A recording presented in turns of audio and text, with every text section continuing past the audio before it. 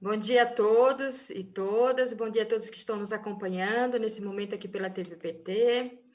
Bom dia aos nossos convidados, que eu vou apresentar aqui para vocês. A nossa live de hoje, nós temos como tema a questão da transição agroecológica, transição ecológica.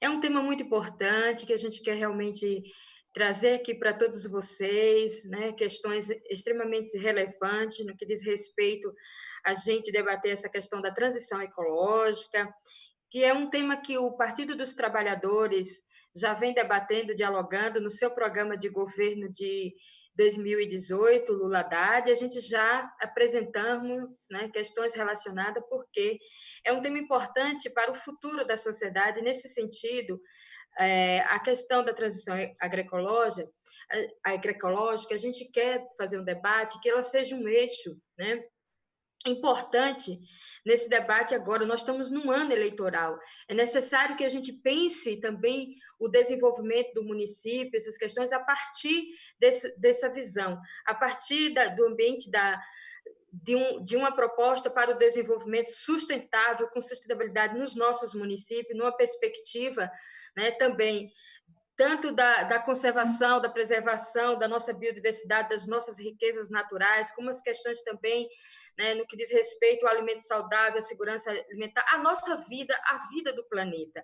Não se pode discutir desenvolvimento, mesmo lá no seu município, a partir do município, quanto também as questões que não sejam relacionadas a um tema tão importante, porque é a vida nossa, é a vida do nosso planeta, é uma perspectiva que quanto a gente debate uma outra perspectiva de desenvolvimento para o nosso país, para o nosso município, para o nosso estado, a gente tem que levar em conta todas essas questões. Então, hoje nós temos aqui uns convidados muito importantes para nós, que vai falar sobre esse tema, que para a gente ele é muito rico, muito importante nesse momento, que é o nosso senador, nosso querido Jorge Viana, que ele foi prefeito de Rio Branco, foi governador do estado do Acre por 2 vezes, e agora está senador da República, né, Jorge Viana, nosso senador, companheiro.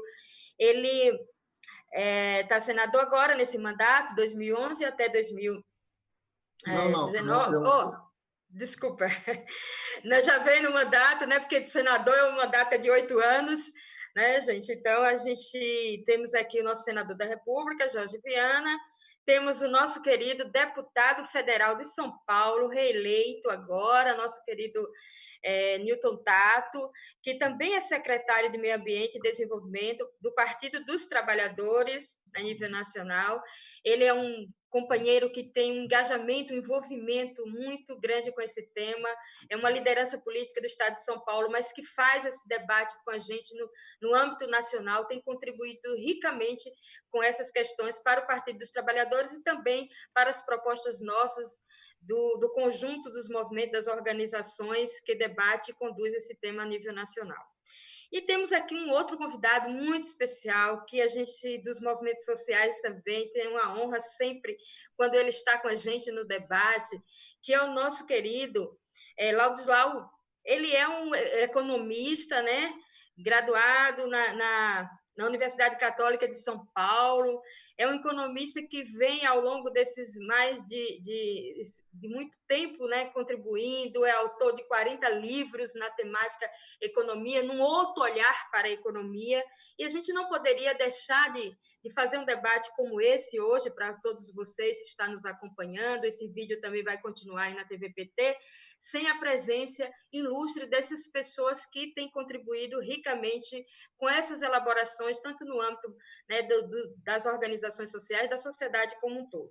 Então, para iniciar aqui hoje a nossa primeira etapa de debate aqui nessa live, nós vamos colocar aqui para os nossos participantes que eles têm 8 minutos para a primeira abordagem. Nessa abordagem inicial, a gente gostaria que eles abordassem um pouco sobre a implementação dessa transição agroecológica no Brasil, considerando esse momento, né, que nós estamos vivendo, né, da questão da pandemia, pós-pandemia, com relação a essas questões climáticas. E aí eu começo com o nosso senador, Jorge Viana, ele abordando algumas questões relacionadas a esse tema, a essa nossa preocupação e nossa prioridade no debate nesse momento, né?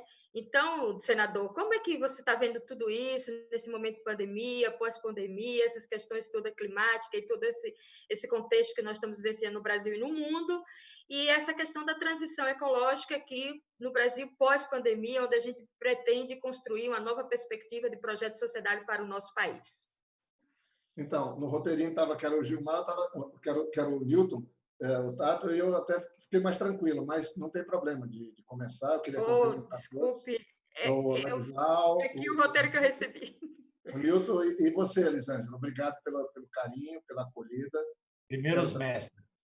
Quero cumprimentar todos que estão procurando, mesmo num momento terrível como esse, muito difícil, a gente se encontrar, a gente tentar ver se dialogam com os outros, se a gente aprende um com os outros e sai melhor dessa pandemia que virou uma tragédia. Não dá para a gente começar uma conversa, mesmo que seja uma coisa específica, sem a gente ficar solidário com as famílias, né? Nós já estamos chegando a 60 mil famílias enlutadas, 60 mil mortos no Brasil.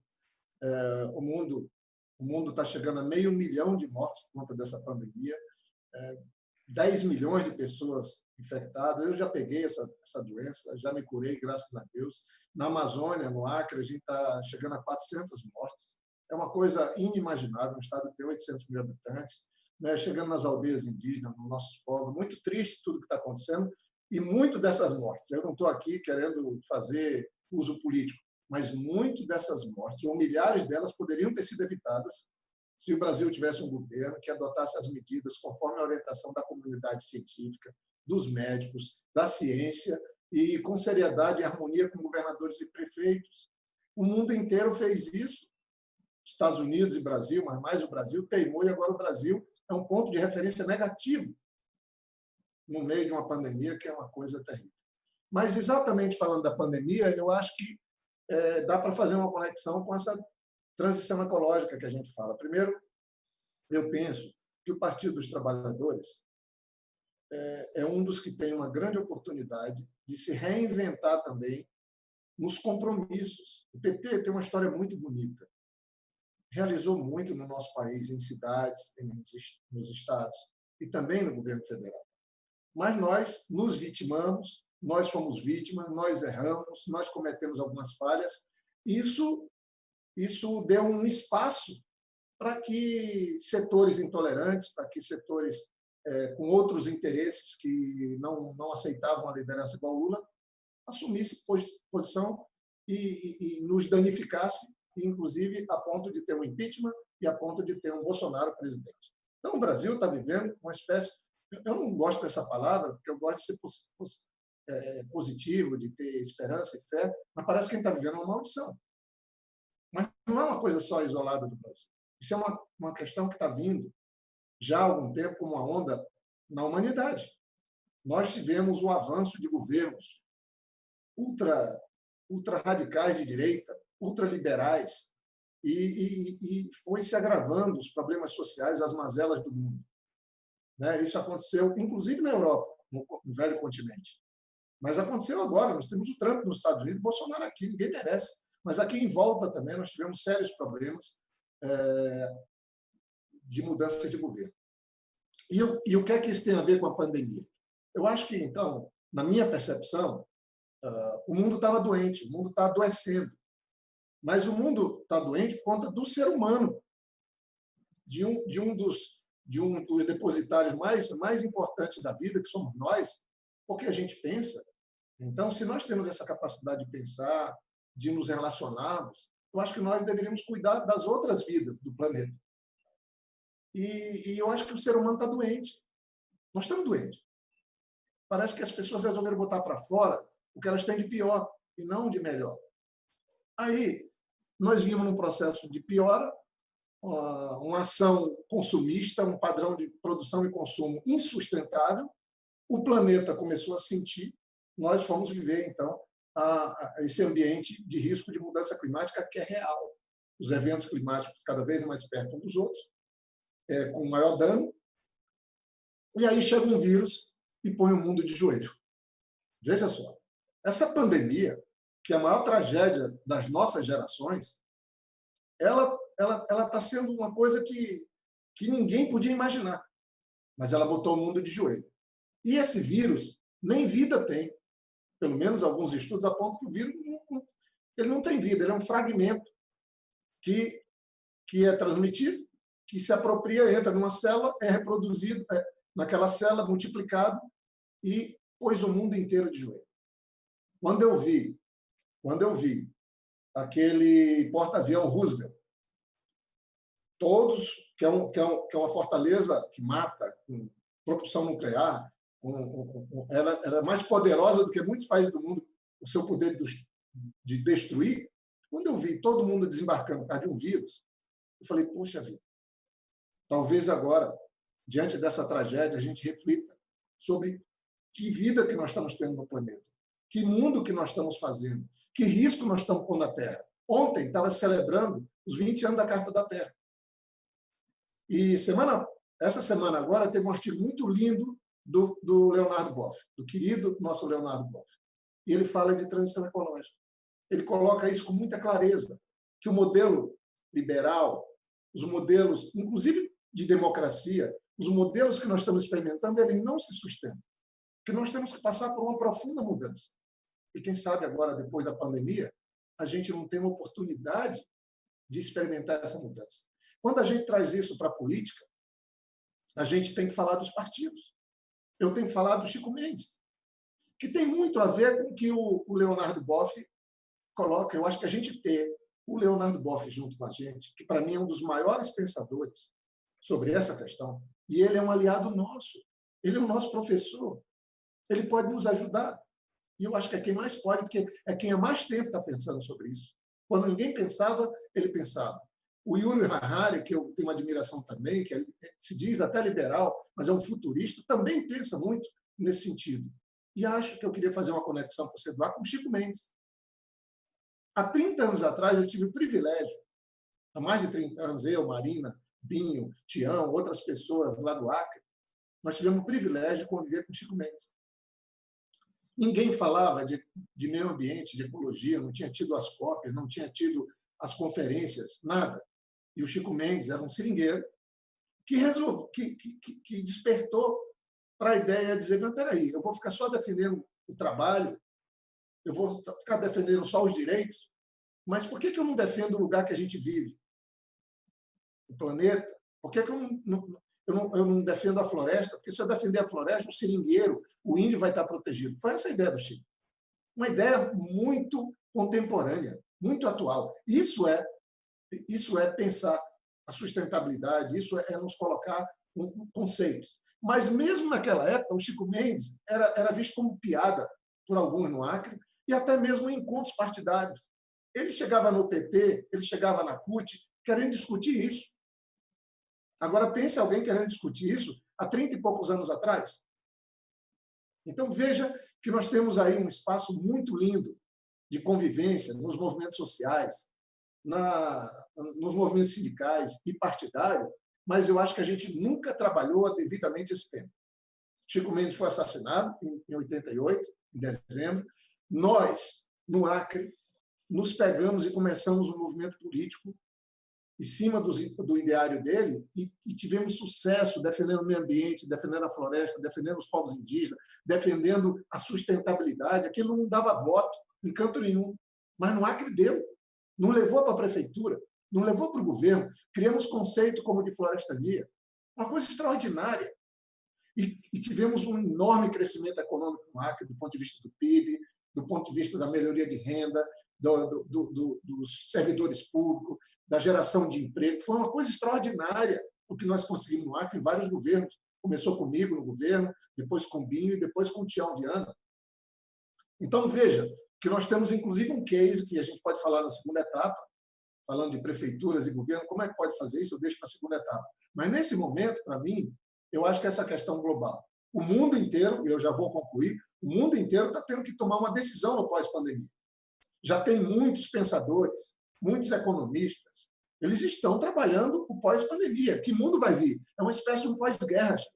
No pós-guerra, você vai ter que ter mais investimentos públicos, você vai ter que ter reconstrução, mas você tem aí uma oportunidade de fazer uma concertação. Será que o mundo vai querer fazer essa concertação?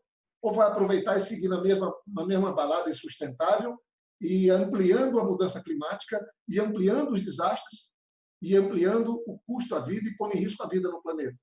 Eu acho que nós, do PT, nós que estamos na política, nós temos que sensibilizar os outros para que a gente veja nessa tragédia, depois dela, a gente possa repensar tudo e começar uma ação nova, mudando a sociedade, mudando os governos, mudando as organizações partidárias. É isso que eu queria deixar aqui para abrir. E eu não estou vendo isso. O PT talvez seja o partido que mais reúne a experiência da academia, das prefeituras, dos governos, do governo federal, pessoas extraordinárias que ocuparam cargos importantes, que, obviamente, isso não apaga nossos erros, conta dos aliados políticos que nós arrumamos, da não reforma política que a gente não fez, mas, quem sabe, reunindo tudo isso e começando a colocar essa questão da sustentabilidade, do modelo de sociedade, do modelo econômico, que isso é o que nós estamos debatendo aqui. Eu acho que o PT é um dos poucos partidos que pode colocar como uma questão, não que tem que estar presente na economia, que tem que estar presente na saúde, na educação, mas tem que ser colocada como a mais importante questão. Nós estamos falando de vida. Nós estamos falando de vida. Só põe uma associação nisso, porque as mazelas dessa sociedade estão na exclusão social, na pobreza, na miséria, na insensibilidade. O Brasil e o mundo esqueceu isso. Esqueceu de trabalhar uma questão central, que é de cuidar do outro ser humano, ser solidário com o outro. O Brasil voltou para o mapa da fome, que o nosso governo Lula tinha tirado, com a presidente Dilma. Nós tínhamos tirado o Brasil do mapa da fome. Estamos combatendo a miséria. Agora nós estamos contabilizando o aumento da miséria e o aumento da fome. Então, talvez esse vírus, essa tragédia, vai nos fazer repensar, porque nós temos que socorrer todos que estão doentes, evitar que outros adoeçam. Mas que mundo nós queremos depois dele, depois dessa pandemia? O mesmo mundo injusto, que não se sustenta nem do ponto de vista do clima, e muito menos desse egoísmo de uns têm tudo e a maioria não tem nada. Para mim, a transição ecológica ela tem que ser uma questão central, ela tem que ser o condutor. E encerro falando isso. Acabou de ter eleições na Europa. Quem ganhou as eleições na França? Agora, no meio da pandemia, agora, há 2 dias. Quem ganhou foram os que defendem o movimento verde novo, os socialistas que estão vinculados à sustentabilidade, foram eles que ganharam. Isso, quem sabe, é um sinal bom de que é possível, depois dessa tragédia, a gente ter um mundo melhor. Então, vamos combater a pandemia, mas vamos também pensar que mundo nós podemos construir com os ensinamentos e, principalmente, com aquilo que a gente fez de errado. O que fez de errado é para ser lembrado, para a gente não repetir os erros. Mas a gente tem que ter fé e esperança de um mundo melhor para todos e trabalhar por ele. Muito bom, senador Jorge Viana, suas reflexões nesse momento. Quero lembrar a todos vocês que estão nos acompanhando que essa live faz parte da Jornada de Formação do Partido dos Trabalhadores 2020. Estamos abordando um tema importante para o processo eleitoral, o debate que nós estamos fazendo nos municípios, né, que é a questão da transição ecológica, que agora vamos ouvir o nosso deputado federal, Nilton Tato, pelo PT de São Paulo, que tem grande comprometimento com esse tema durante toda a sua trajetória política, tanto no estado de São Paulo como a nível nacional, porque é também o nosso secretário de Meio Ambiente do Partido dos Trabalhadores, e tem outras funções aí. Nilton Tato sempre está junto com a gente aí em todo debate também, junto com as organizações da agricultura familiar, tem uma participação afetiva também no núcleo agrário, debatendo junto com a gente. Então, vamos ouvir agora o nosso deputado federal. Nilton Tato, com você. Bom dia a todas e todos que estão acompanhando esse debate. Bom dia, Elisângela. Quero aqui também parabenizar o seu trabalho que vem fazendo à frente da Secretaria Agrária do PT. E uma honra muito grande dividir esse espaço, o mestre, o professor Ladislau Dubor, do prefeito, governador, sempre senador, Jorge Viana. 2 figuras que, com certeza, me inspiram muito. E talvez tenham um pouco de responsabilidade, inclusive, para para as questões que assumi na minha vida estar defendendo. Eu queria começar aqui primeiro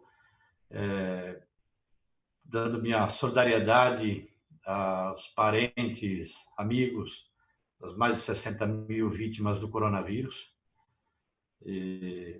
mas também, ao mesmo tempo, o meu protesto aqui, porque onde a gente teve chefe de Estado em outros países que articulou toda a estrutura de governo, as instâncias de governo, convocou a população para a única vacina possível para combater o coronavírus, que é o isolamento social, o sofrimento do povo tem sido bem menor.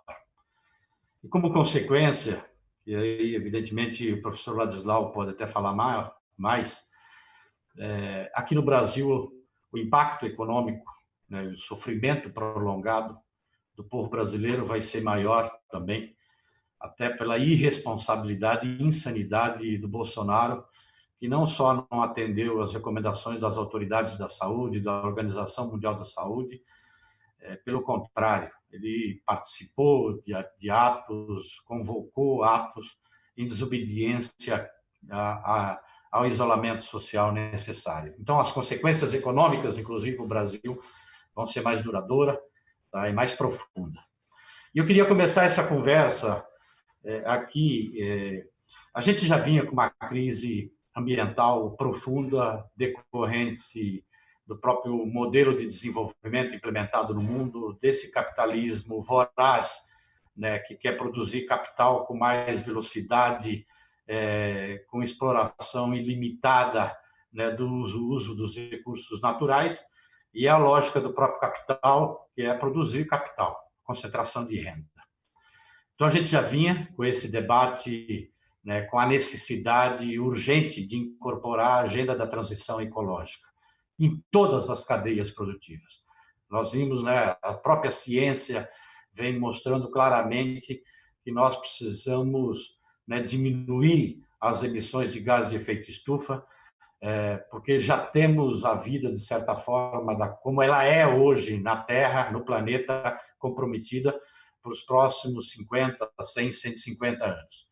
Então, esse era o chamamento global de fazer mudanças drásticas nos países.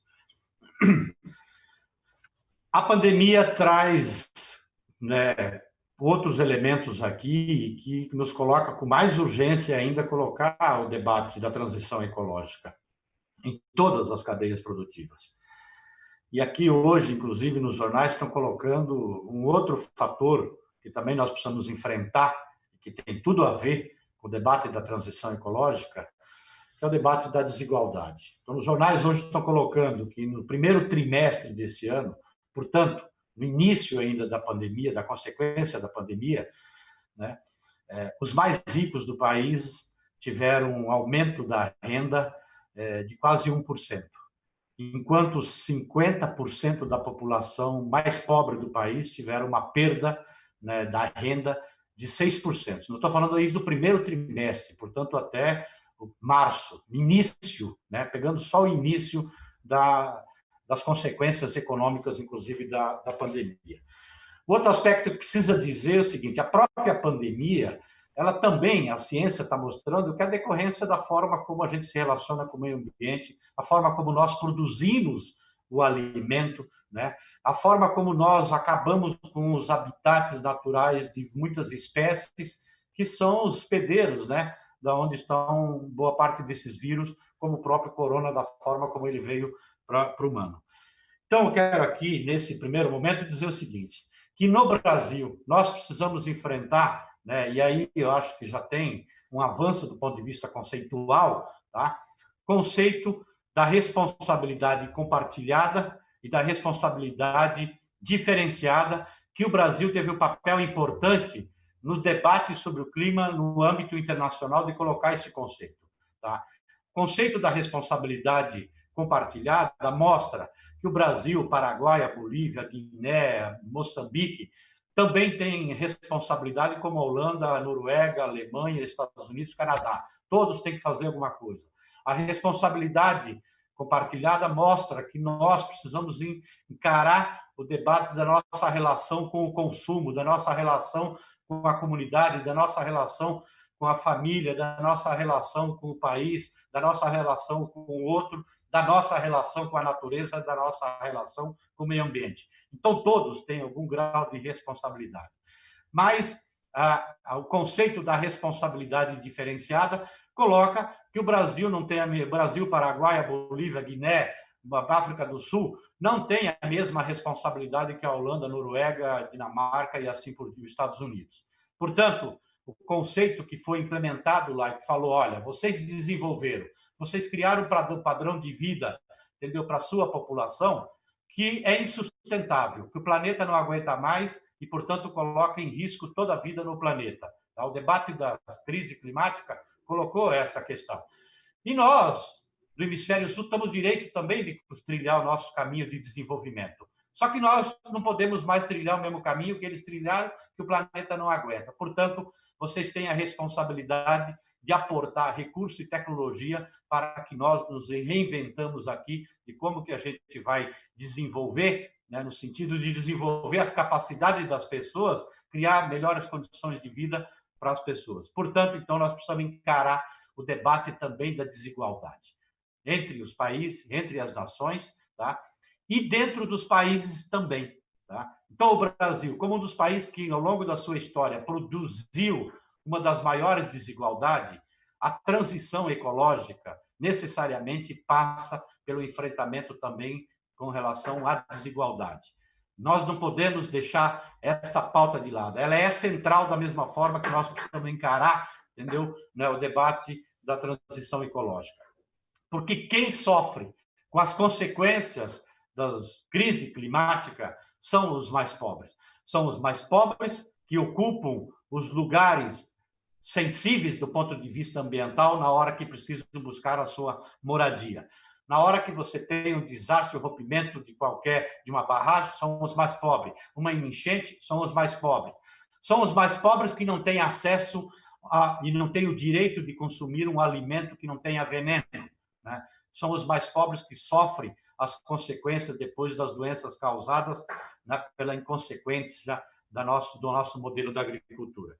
Então, nesse primeiro momento, queria colocar aqui, é mais do que necessário nesse momento, colocar no centro da pauta o enfrentamento da desigualdade e a transição ecológica em todas as cadeias produtivas para que possamos repensar o nosso modelo de consumo, como também pensar a produção dos serviços e dos equipamentos e dos materiais importantes para a nossa vida, entendeu? Em cadeias produtivas com baixa emissão de gases de efeito estufa. Obrigado. Obrigado, deputado, pelas suas reflexões, sua abordagem nesse primeiro momento da nossa live, que é da Jornada de Formação do Partido dos Trabalhadores 2020. Agora vamos ouvir, né, assistir aqui o nosso professor economista, Laudislau, que tem contribuído muito com a gente no debate sobre uma outra visão de economia solidária e tal. Recentemente, a gente esteve com ele aqui na Bahia, um debate na Assembleia Legislativa, foi muito rico, e em todos os espaços que ele passa, né, a gente deixa essa marca aí de grandes reflexões, e nesse momento, né, deputado Nilton Tato, não poderia ser diferente trazer ele aqui para esse debate junto com o nosso senador. Então, vamos lá, professor, vamos aí, essa primeira fase aí com uns 8 minutos e tal, para a gente abordar esse tema, né, da transição ecológica no momento importante das eleições municipais.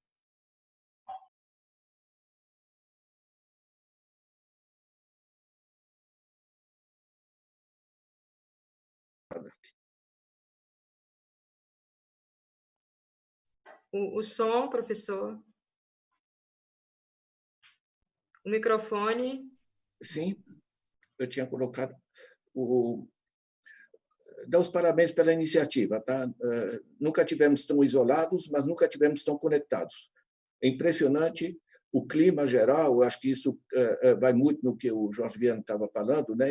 Esse clima de repensar que está se gerando. Eu estou fazendo palestras direto com gente de Paris, com gente de diversas instituições, está todo mundo começando a pensar, não é? Eu gosto muito de um negócio que saiu no Financial Times, gente, tá? E não é que alguém que escreveu no Financial Times, é o editorial do Financial Times. Reformas radicais, agora em abril, tá? Invertendo a direção política predominante das últimas 4 décadas, precisarão ser colocadas sobre a mesa. Certo?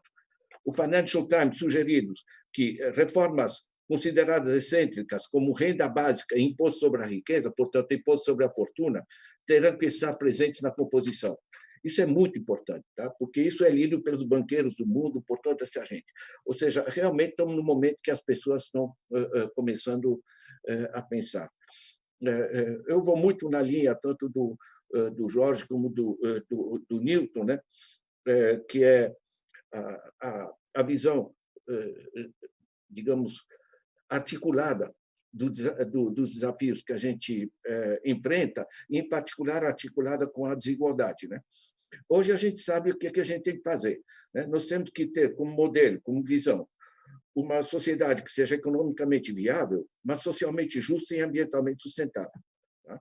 É tão simples assim. Esse tripé está, digamos, gerando uma certa unanimidade, quem está pensando que vai além do besterol do neoliberalismo, dessas coisas do qual o Financial Times está se dissociando. Deixa eu lembrar que o economista-chefe do Banco Mundial, perdão, do Financial Times, né, Martin Wolf, ele disse simplesmente: esse sistema perdeu sua legitimidade, porque é um sistema que enriquece mais ricos, que não produzem grande coisa, destruindo o meio ambiente, gerando pobreza e gerando um caos financeiro de especulação, em vez do dinheiro servir justamente para resgatar o meio ambiente e resgatar a desigualdade. Né? Esses são os desafios que nós temos. De certa maneira, a pandemia é o prego em cima do caixão que nos paralisa, de certa maneira, e nos obriga realmente a repensar novos modelos. Né? Deixa eu lembrar que essa pandemia é trágica, eu me solidarizo muito com as vítimas. Agora, eu queria lembrar o seguinte: no ano passado, morreram 3,1 milhões de crianças até 5 anos de fome. Tá? Para resolver isso, você não precisa paralisar a economia, você não precisa descobrir vacina, não precisa inventar medicamento, não precisa saber. É bom senso. Nós temos 820 milhões de pessoas passando fome. O que a gente produz de alimento no mundo é 1,5 kg por pessoa por dia. Certo? Não há nenhuma razão para ter fome. Tem mais. Se eu pego a economia, eu pego o PIB do Brasil, divido pela população, 7,3 trilhões dividido por 202 milhões, sabe o que dá? Dá 11 mil reais por mês por família de 4 pessoas. O que a gente produz hoje dá para amplamente satisfazer todo mundo. Não é aquela igualização de todo mundo, só reduzir um pouco essa indecência, né, de desigualdade, dá para todo mundo viver de maneira digna e confortável. Quando o Financial Times fala em renda básica, não é o Suplicy, o Financial Times, o editorial do Financial Times. Né? É bom senso. E por que funciona? Porque se você passa mais dinheiro para a base da sociedade, isso não vira especulação financeira quando você coloca dinheiro para os bancos. Isso vira demanda. A demanda gera atividade empresarial. Essa atividade empresarial, eu vi uma entrevista legal de um empresário que diz: realmente está mais barato eu contratar, né? Porque quebraram os direitos trabalhistas do jeito. Está mais barato eu contratar, mas para que eu vou contratar se eu não tenho para quem vender? Você ferra a população, você ferra as empresas. Você ferra a população e as empresas, você reduz a receita do Estado, imposto sobre consumo, e você reduz a receita do Estado sobre a produção.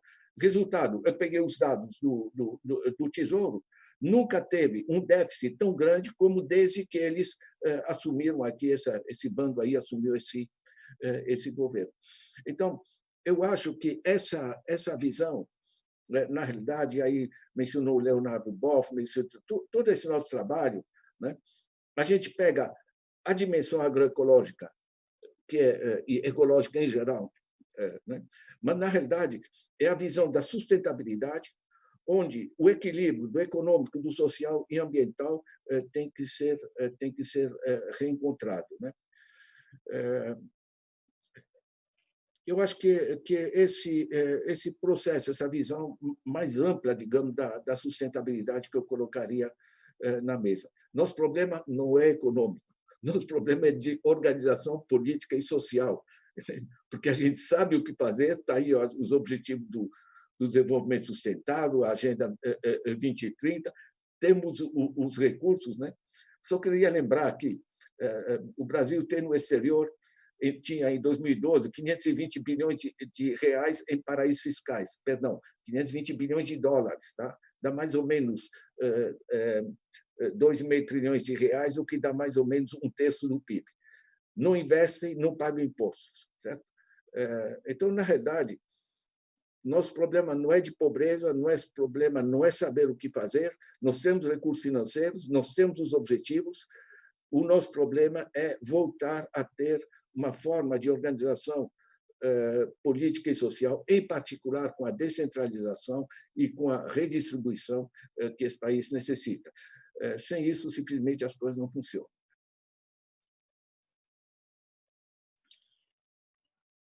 Ok, professor, muito boa a sua reflexão, né?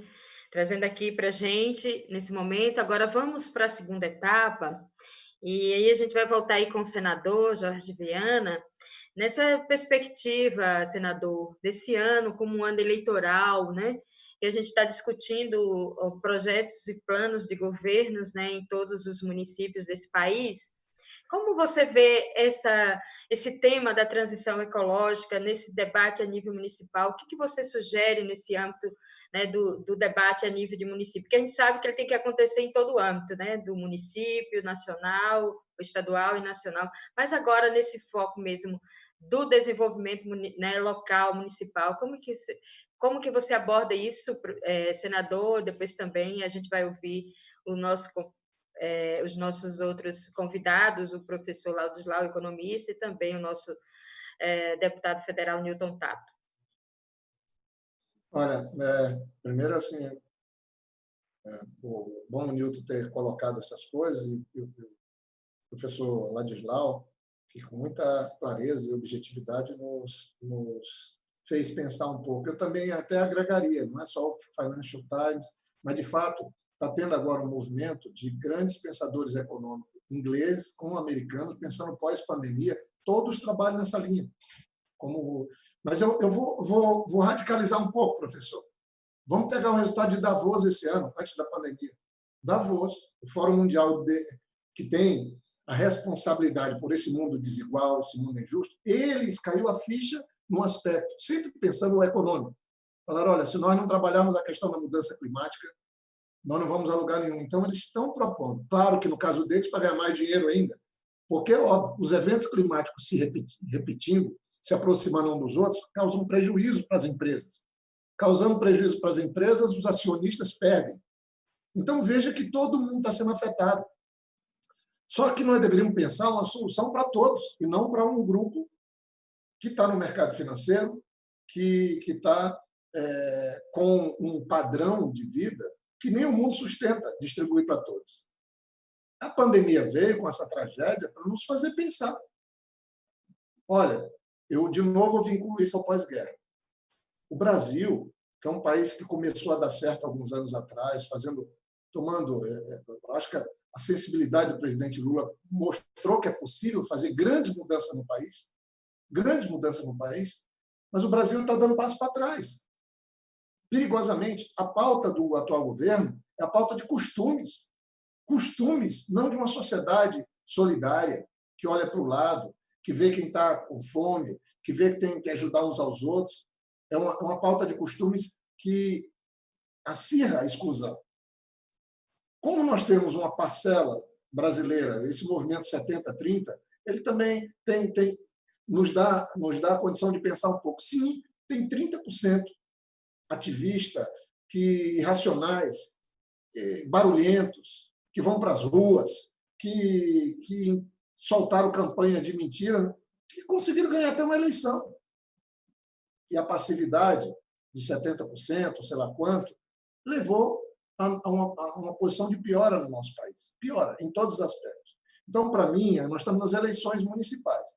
Esse movimento ele vem de baixo para cima, de cima para baixo. eu acho que o melhor movimento é quando vem de baixo para cima. Esse é o duradouro, ele vem enraizado. Agora, o baixo para cima, para mim, é tão importante que tem que ser nas pessoas. Eu fiz um paralelo ainda agora, que quando a gente começou a discutir isso no Acre, o Chico Mendes era tratado como um doido. Era tratado como alguém que estava querendo, tinha alianças internacionais. Não era nada disso. Ele só estava falando de algo que era o mais importante para todos. Mas isso só veio, esse reconhecimento, em parte, depois da morte dele. Então, nós agora, eu acho que diferente de quando a gente começou o movimento no Acre, eu acho que nós temos muito mais aliados. Mas como é que a gente faz a conexão dessa rede de aliados? Que hoje estão em todas as cidades. O mundo tem mais de 80% da população do mundo vive nas cidades. Nós temos que trabalhar isso. Mas uma boa parcela se amontoa nas cidades. E, é claro, a pessoa que todo dia tem que sair para ir atrás do de comer, ela não está em condição de querer discutir algo lá para o futuro, que a emergência dele é comer. Foi essa a importância do Bolsa Família, dizer, não, o de comer a gente garante. Então, vamos pensar outras coisas. Né? E eu acho que o próprio Harari também, Yuri Harari, ele fala de renda mínima, de renda básica, já antes da pandemia. Ele fala que só tem duas soluções. Ou você banca e dá uma renda básica para aqueles que vão ficar excluídos no processo de revolução tecnológica, que é bom que a gente diga, a sociedade evoluiu para caramba. Imagine, nós estamos falando de 20 anos da Carta da Terra, há 50 anos o homem foi à Lua, agora estão pensando em daqui a 2 anos novamente, ir à Lua de novo, mas o mundo segue, isso que o professor falou, com crianças morrendo por falta de água, professor. De água, não tem acesso à água. E aqui o Brasil privatizando a água, na contramão. Porque tem países que estão estatizando a água, inclusive na Europa. E aqui do lado, na própria Argentina, e o Brasil fazendo uma coisa como se passasse para a iniciativa privada, fosse dar equidade de uso da água.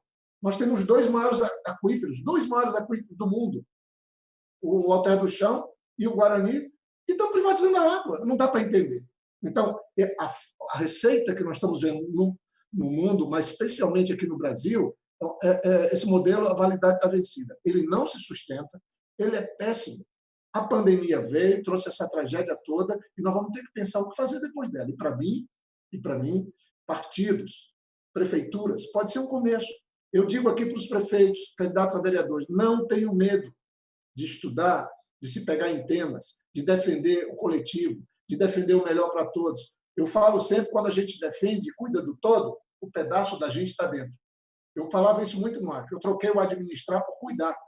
Nós trocamos. Cuidar é mais amoroso. O Leonardo Boff escreve muito sobre cuidar. Nós adotamos isso, quebramos paradigma. Nós criamos um conceito chamado florestania, para mostrar que quem vive na Amazônia tem que trabalhar um outro modelo mental. Então, para mim, hoje, aqui, toda a formação nossa para os nossos candidatos tem que entender que esse tema que nós estamos tratando aqui é um tema central. Nós estamos falando de vida. Nós estamos fazendo de algo que seria o adequado para todos. É uma oportunidade que nós temos de mostrar que a validade desse modelo implementado nos últimos anos no Brasil venceu. E outra, eu acho que nós não temos saída, porque a revolução tecnológica, ela também, que é um avanço extraordinário, mas ela exclui. Ela exclui, gente. Ela exclui. Pelo menos 500 milhões de pessoas iriam perder o emprego no mundo. Isso, os futuristas falam isso, o Yuri Harari fala isso. Mas também outros 300 vão ganhar emprego, mas não são as mesmas pessoas. São outras pessoas. Nós vamos ter que retreinar pessoas, acolher pessoas, bancar pessoas que vão estar fora dessa revolução tecnológica. Veja, então, que temos tudo colocado. E a última pá de cal foi essa tragédia desse vírus, que botou o mundo de joelhos e disse, olha, esse modelo que vocês têm de saúde, esse modelo de sociedade, esse modelo não serve. Vocês vão seguir contando os mortos. Parece que agora o epicentro também desse vírus está indo para a Índia, um país com mais de 1 bilhão de pessoas. Se isso acontecer, vai ser uma coisa mais grave ainda do que a gente está vivendo. Então, do fundo, assim, eu acho que, como disse o professor, nós nunca tivemos tão longe, mas também nunca tivemos tão conectados. Eu tomara que nessa eleição municipal, esses 70%, 60% que estava passivo, aceitando barbaridades sendo faladas, sendo implementada nas cidades, essa intolerância, esse ódio. Tomara que o pessoal da paz, de um mundo melhor, de solidariedade, de preocupação com a fome, de preocupação com as minorias, de combate à exclusão, possa se juntar, conceituar princípios que nos ajudem a construir um mundo novo. Gente, é o melhor caminho. E eu tenho certeza que também vai mobilizar. Nós temos que ser otimistas, nós não podemos achar que um país tão lindo como esse, que tem condição de ajudar a combater a fome no mundo, vai seguir na mão de políticos irresponsáveis, defendendo políticas que nos envergonham. A imagem do Brasil no exterior está destruída. A reputação do Brasil ruiu, acabou. Então, era um país que estava disputando o mundo, mas que agora virou piada, virou motivo de chacota. E cabe a nós, brasileiros, retomarmos o caminho.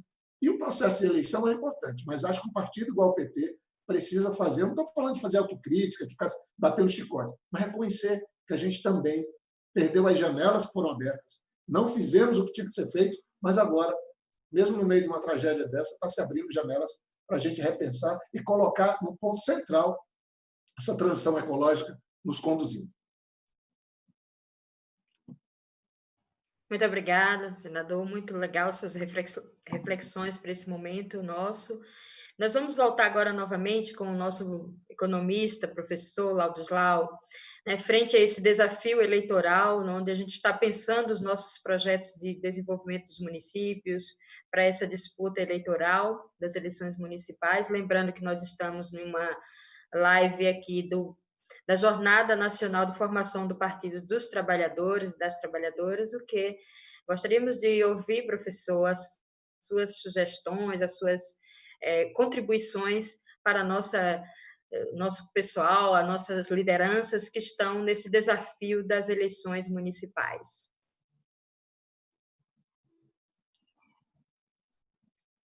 Olha, o primeiro, eu queria pegar o que o Jorge Viana estava falando, né, que a quantidade, não é só o Financial Times, como você disse, né? Eu estou participando dessas discussões iniciadas pelo Vaticano em torno de outra economia, né? Já antes do coronavírus, porque é uma convergência de crise, a crise ambiental, a crise social, de desigualdade que está explodindo no planeta, certo? O caos financeiro do sistema financeiro, em vez de financiar o que precisamos, ele está drenando as economias. Então, você tem três crises que convergem: a ambiental, a social e a financeira. Obviamente, isso desarticula a política, né? E estamos vivendo nessa coisa que eu gostei muito do termo que o governo adotou, que é a balbúrdia, né? Porque eles se olharem no espelho, né? Então, na realidade, nós temos Joseph Stiglitz, Jeffrey Sachs, nós temos Vandana Shiva, Muhammad Yunus, um conjunto de gente da primeira linha mundial, tá? De reflexão, estão pensando outras dinâmicas. Agora, eu queria trazer para a dimensão municipal. Nós fizemos uma pesquisa muito ampla sobre a pedido de Lula, anos atrás, que resultou nesse documento, tá? Uma política nacional de apoio ao desenvolvimento local. São 89 propostas práticas na área das finanças, na área das instituições locais, na área da organização de sistemas locais de informação, sistema de comunicação, sistema de apoio tecnológico, etc. São 8 áreas com 89 propostas práticas. Foi publicado pelo SEBRAE, pelo Banco do Brasil, por várias, enfim, eu coloco no meu blog. Basicamente, a ideia é um pouco essa, a meu ver, pensando agora nas eleições municipais. Por exemplo, em Nova York, frente ao Trump, dizendo, enfim, que as besteiras que ele fala, a cidade de Nova York, o prefeito disse, puseram nos jornais: Mr. Trump, you are not welcome in New York. Sr. Trump, senhor não é bem-vindo aqui em Nova York. Nós vamos continuar com políticas sociais, com políticas ambientais, enfim. Está entendendo? Milhares de municípios que enfrentam políticos idiotas no centro, certo? No topo do governo, então, simplesmente, e isso eu vejo para o Brasil, tá? Ou seja, enquanto o governo está batendo boca ali com o seu besterol, a gente pensar, cada cidade pode começar a pensar o que dá para fazer. Certo? Eu vejo, por exemplo, em todas as cidades nós temos desemprego ou subemprego. E temos, em torno das cidades, um monte de terra parada. Não é complicado, né? Não é física quântica você pensar que você tem gente parada e terra parada, dá para fazer alguma coisa. Tá? Essencial nessa área sanitária, por exemplo, é a água limpa, o saneamento.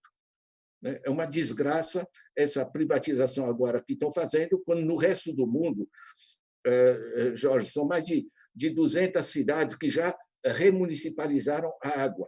Tá? Eu, ano passado, estive em Paris, eu nadei no Sena.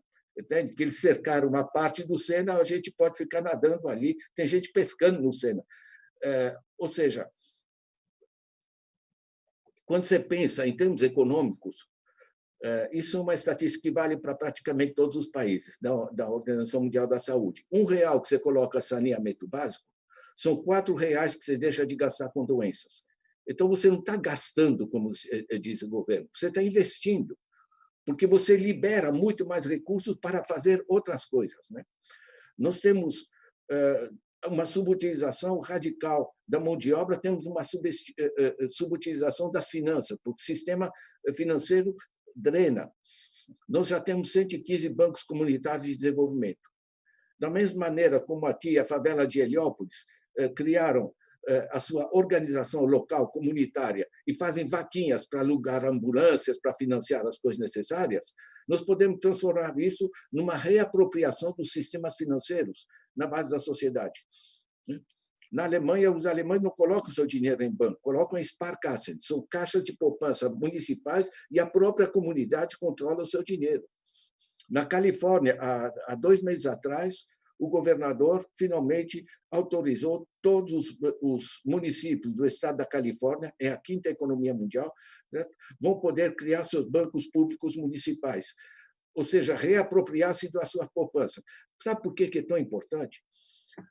Porque o desenvolvimento, nós somos 5.570 municípios, são situações diferenciadas.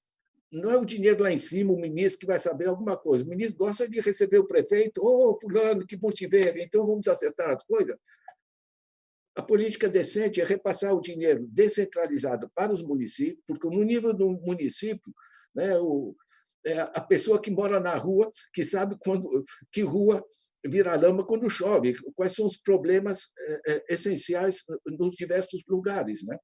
Você pode fazer políticas de saneamento básico nos municípios litorâneos, por exemplo, no lençol freático, a água subterrânea muito próxima.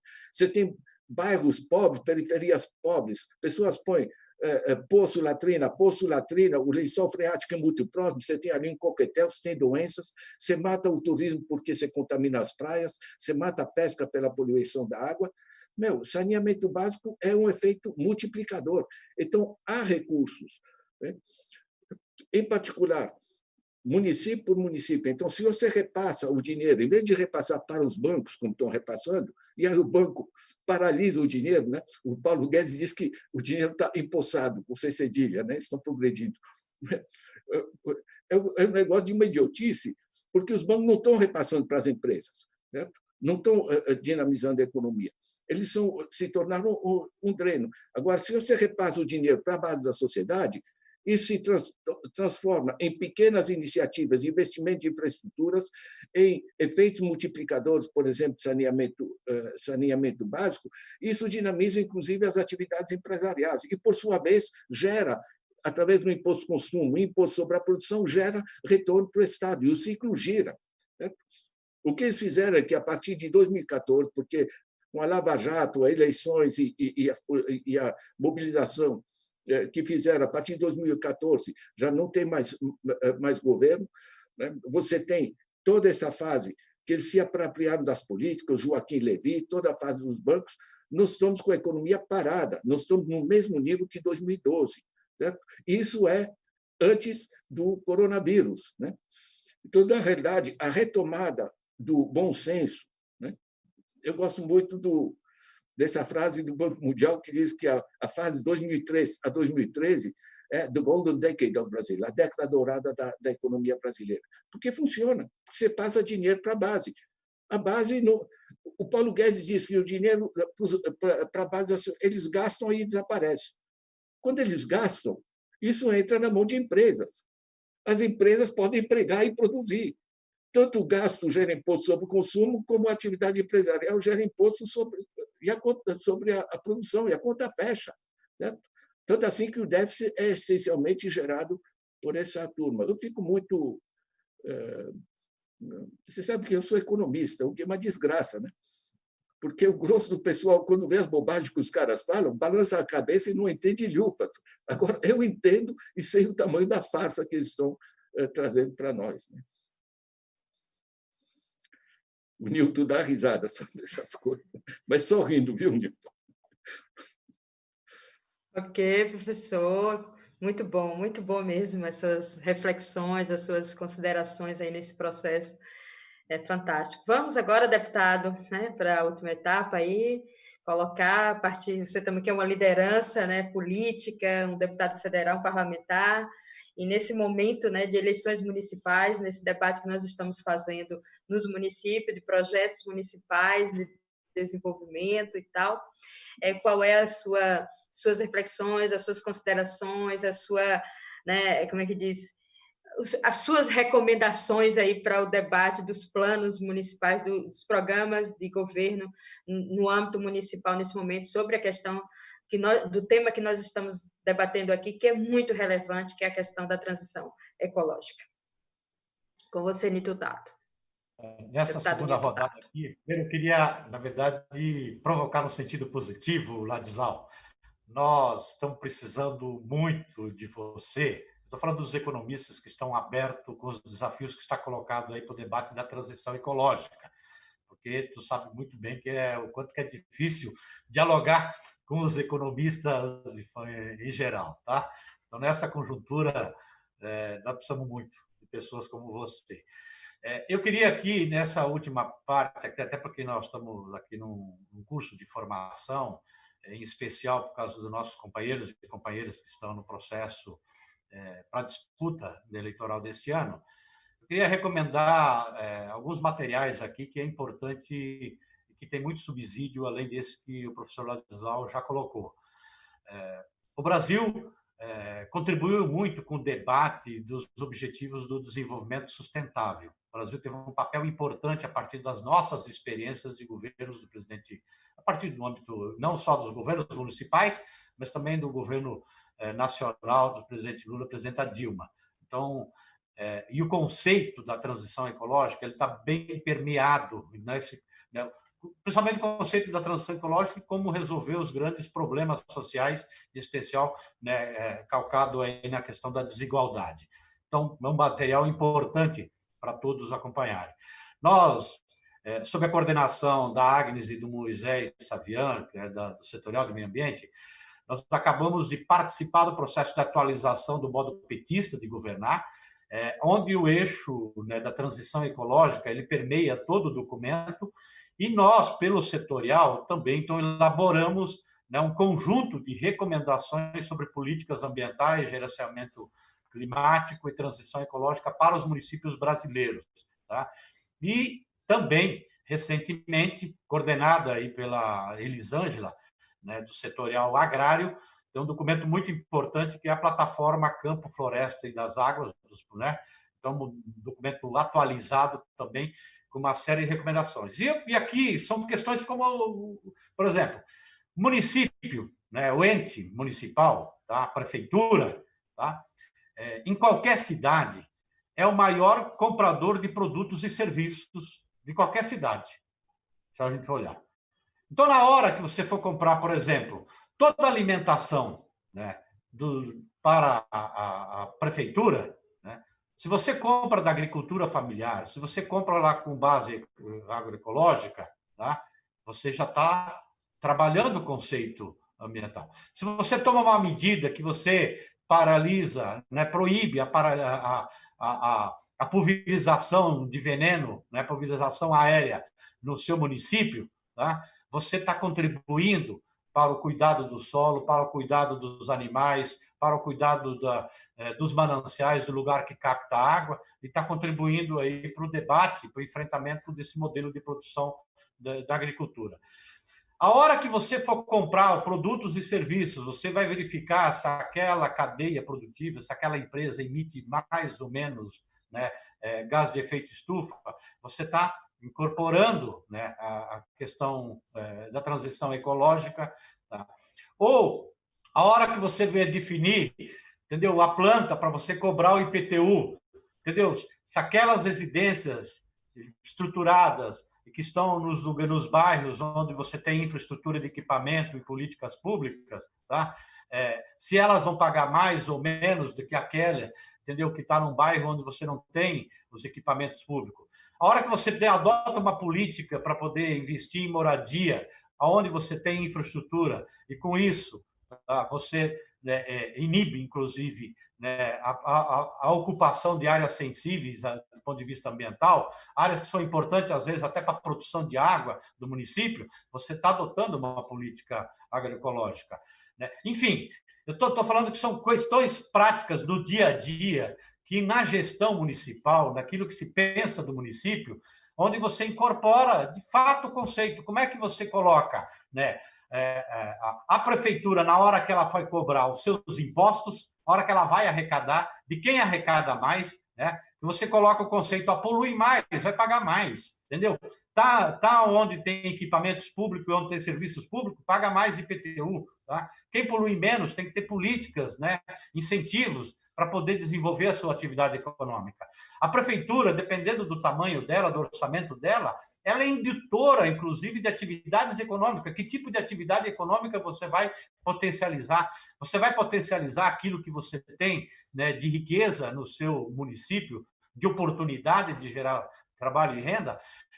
Muitas vezes a gente vai, né, viu, Jorge e Ladislau, a gente às vezes vai para uma cidade do interior e você fala assim, olha, quero ir lá comer uma comida do local. E aí você, às vezes, tem dificuldade em encontrar comida do local, porque você só vai encontrar aqueles produtos ultraprocessados, né, enlatados, né, das grandes empresas processadoras e distribuidoras. Tá? Então, quer dizer, o município também precisa pensar essa perspectiva. Como é que ele valoriza aquilo que ele tem no local, né, nessa perspectiva? Isso é transição ecológica. Tá? Então, são várias medidas, pensar, não são coisas de outro mundo, tá? São coisas simples do dia a dia que a gente precisa buscar inspiração, inclusive naquilo que já tem no próprio lugar, como é que valoriza o conhecimento tradicional. Né? Então, o Brasil, né, pela sua dimensão territorial, pelas suas regiões, valorizar as regiões, valorizar aquilo que é talvez o nosso passaporte para pensar numa cidade, numa nação que seja inclusiva, que seja soberana, né, e de respeito ao meio ambiente. É valorizar a própria nossa diversidade biológica, né, com todos esses biomas, com toda a riqueza que nós temos, tá? E, em especial, a nossa diversidade étnica, cultural, né, que tem muito para agregar, inclusive nesse debate de construção do país. Passaporte nosso para a construção de um país desenvolvido, mas sustentável, justo, solidário, né? Passa necessariamente pela valorização da nossa biodiversidade e da nossa sociodiversidade. Obrigado pela oportunidade, Elisângela, a toda a equipe de formação do PT. Obrigado, Ladislau, Jorge, pela oportunidade de dialogar com vocês e, com certeza, vamos precisar muito dialogar, em especial para a gente pensar saídas, né, para enfrentar a grande crise do Brasil, aprofundada agora, em especial por causa da pandemia. Obrigado. Obrigado, deputado, pela sua contribuição, suas reflexões nessa live de hoje, na nossa jornada de formação nacional 2020 do Partido dos Trabalhadores e das Trabalhadoras, né? Então, agradecer imensamente a participação de todos vocês, do nosso senador Jorge Viana, essa liderança política do Estado do Acre, e muito importante para todos nós do Brasil também. Agradecer também imensamente pelas contribuições riquíssimas do nosso querido economista, professor Ladislau, que muito tem contribuído. Nós vamos precisar muito ainda, viu, professor? Muito da sua contribuição, muito das suas reflexões para o nosso processo, né? Dentro do partido, nos movimentos sociais, em todos os espaços que a gente quer, de construção de uma outra perspectiva de sociedade, com a outra visão econômica para o desenvolvimento, com sustentabilidade, né, ambiental, econômica e social. Isso é muito importante, vamos contar muito com as suas reflexões. E agradeço também imensamente ao nosso deputado federal do Estado de São Paulo, companheiro Newton Tato, que vem contribuindo ricamente para o Partido dos Trabalhadores e também para a nossa luta no geral, nessa perspectiva do projeto de sociedade, com essa perspectiva, né, da sustentabilidade, né, da conservação e da preservação, numa perspectiva de transição agroecológica, numa outra visão de modelo de sociedade, porque a gente precisa defender a vida, e defender a vida é defender o planeta, é defender as nossas riquezas naturais, né? A nossa biodiversidade, é defender esse planeta que a gente mais precisa, né? De uma outra perspectiva na sociedade brasileira, política acima de tudo, um outro projeto de sociedade, de inclusão e de defesa da vida e da democracia brasileira. Então, agradecemos muito, imensamente, por essa contribuição de todos vocês e, em breve, nos encontraremos. Um grande abraço a todos que nos acompanhou durante essa live. Obrigada aí a toda a equipe da TVPT.